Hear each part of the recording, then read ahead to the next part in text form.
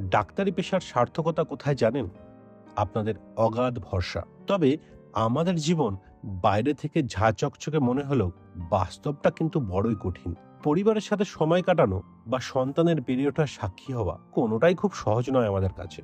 কারণ আমরা ছুটে চলেছি।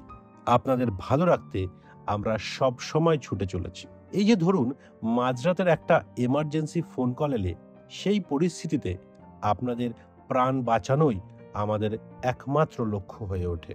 শুধু আমি নয়, আমার মতো আরো যত ডাক্তারকে আপনি আপনার চারপাশে দেখেন তাদের প্রত্যেকের জীবনের বাস্তবতা এটাই। তবুও আমাদের জীবনের মূল লক্ষ্য আপনাদের পাশে থাকা। কারণ আপনারা সুস্থ থাকলেই সার্থক মনে হয় আমাদের অস্তিত্ব। ওইটুকুই আমাদের প্রাপ্তি।